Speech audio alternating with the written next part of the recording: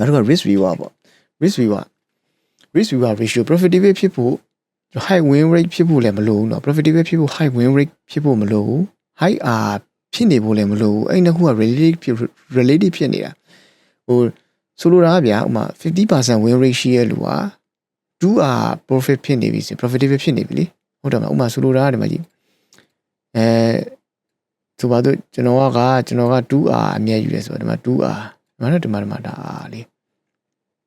okay ဒါကျွန်တော် 2R အမြဲယူတယ် 2R အမြဲယူတယ် okay ကျွန်တော် 2R အမြဲယူတယ်ဆိုကျွန်တော်ရဲ့ win rate ဒီ50%ရှိရဆိုကျွန်တော်မြက်ပြီပဲဘာလို့လဲ50%အမြဲဆိုတဲ့သဘောတရားဒီကျွန်တော်ဒီ50% profitable ဆိုတဲ့သဘောတရားဒီနှစ်ခါထွက်ရင်1တစ်ခါဝင်းနေဗျာ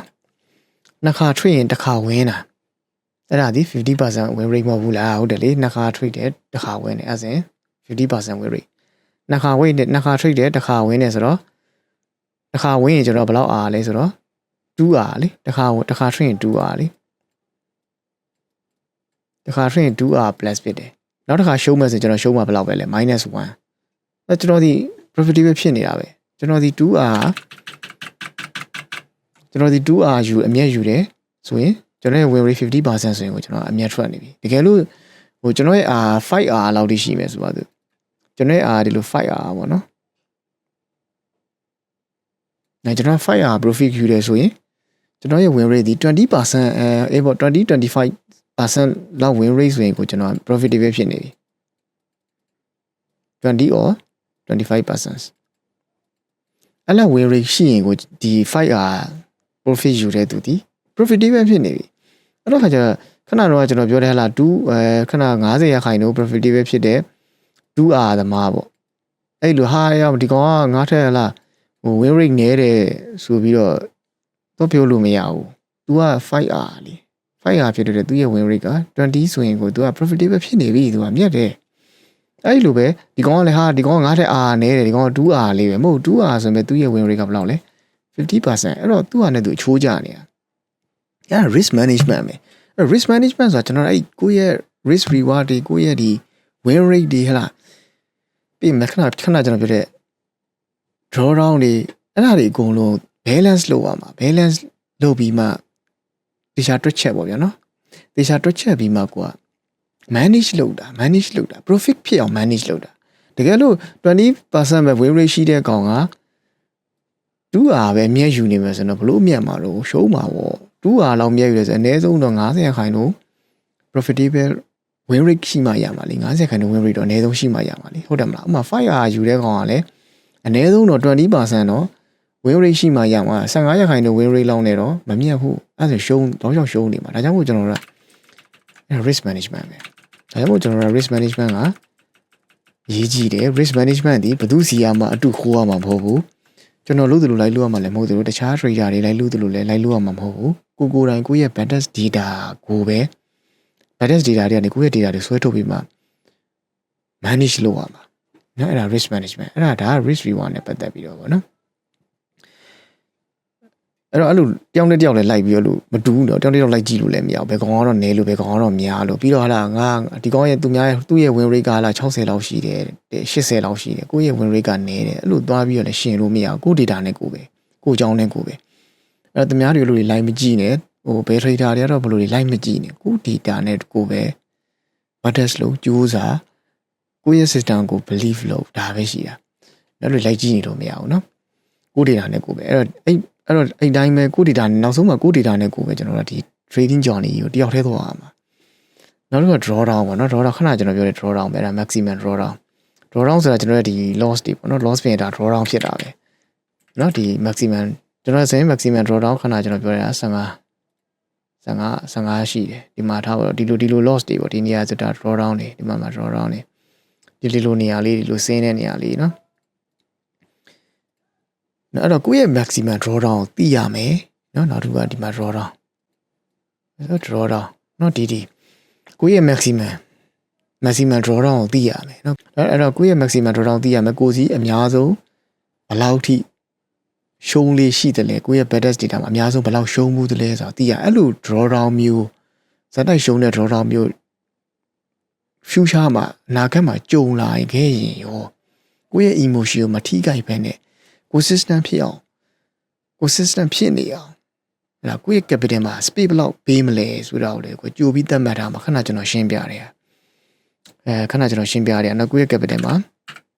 space ဘယ်လောက်ပေးမလဲကိုကကျွန်တော်စင် minus 50 draw down ရှိတယ်ကျွန်တော်ရဲ့ account ဒီ100 လို့မြင်အောင်ကြည့်လိုက်ဒါဆိုရင်ကျွန်တော်ဒီ minus 15 draw down ရှိအဲ့တော့ကျွန်တော်ဒီ 1% risk ယူမယ်ဆိုရင် minus 15% ဆုံးရှုံးနိုင်ရရှိတယ်အဲ့တော့ကျွန်တော်ဒီဘယ်လောက်ခြံထားလဲဆိုတော့ဘယ်လောက်ပါစံခြံထားကျွန်တော်85ပေါ့နော်85ရာခိုင်နှုန်းကျွန်တော် space ခြံထားတဲ့သဘောပဲလေဟုတ်တယ်မလားဟုတ်တယ်85ရာခိုင်နှုန်းကျွန်တော်ဒီ space ခြံထားတယ်တကယ်လို့ကျွန်တော်က 2% risk ယူမယ်ဆိုရင် minus 30% ကျွန်တော်ရှုံးနိုင်ခြေရှိတယ်ကြုံတွေ့နိုင်ခြေရှိတယ်ဗျအဲ့လိုကြုံလာခဲ့ရင်ဆိုရင်ကိုကပြင်ဆင်ထားမယ်ဆိုရင်ကျွန်တော်ဒီ 2% risk ယူမယ်ဆိုရင်ဒါတော့ကိုပြင်ဆင်ရမယ်အဲ့တော့ဒါဆိုရင်ကျွန်တော်ဒီ30ရာခိုင် 2% risk ယူမယ်ဆိုရင် minus 30% ရှုံးနိုင်ခြေရှိတာဖြစ်တဲ့ကျွန်တော်ရဲ့ capital မှာကျွန်တော်ဘယ်လောက်ထိ space ခြံထားလဲဆိုတော့90ရာခိုင်နှုန်း space ခြံထားတယ်လीအဲ့ဒါလောက်ဆိုရင်ကျွန်တော်အဆင်ပြေတယ်လीနော်30ရာခိုင်နှုန်းတကယ်လို့များကျွန်တော်ကြုံခဲ့သည်ရှိတော့အစီပဲကျွန်တော်စိတ်မထိကြဘူးဘာလို့လဲ90ရာခိုင်နှုန်း space ကြံသေးတယ်တကယ်လို့ 3% ဆိုရင်ရော 3% ဆိုရင်ကျွန်တော်တို့ကဘယ်လောက်ရာခိုင်နှုန်းဖြစ်သွားမှာတော့30 15နဲ့ပေါင်း40 45 minus 45ရာခိုင်နှုန်းဖြစ်သွားမှာ minus 45ရာခိုင်နှုန်းဆိုရင်ကျွန်တော်တို့ဒီမှာကျဘယ်လောက်ကျန်သွားမှာ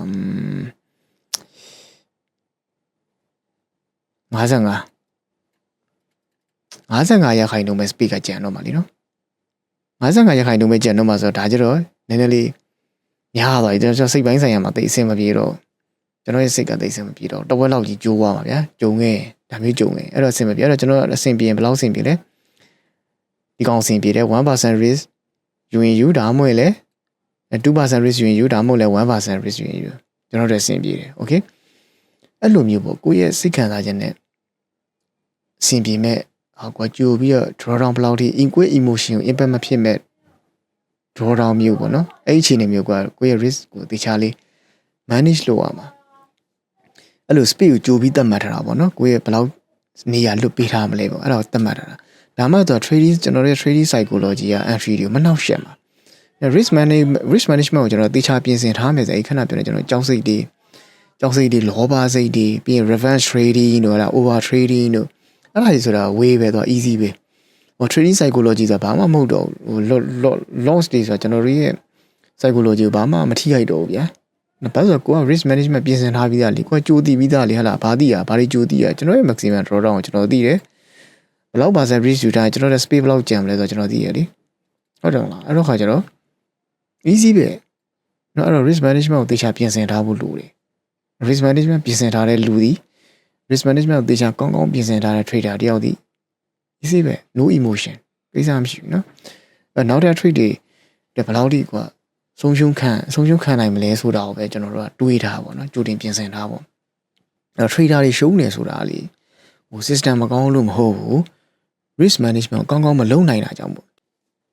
အဲ့တော့ခါကျ trader တယောက်ကဘယ်လောက်ပဲဆိုတဲ့ကြီးကောင်းကောင်းဘယ်လောက်ပဲမြင်ပါလေပြော risk management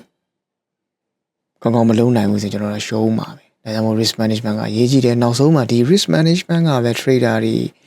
ဟလာကျွန်တော်တို့ရဲ့ဒီ trader တွေရဲ့ capital grow ရင်းနဲ့ဒီ key ရှည်ယူဆက်သွားနောက်ဆုံးမှာကျွန်တော်တို့လက်တွဲပြီးကင်သွားမှာဒီ trade management ပဲ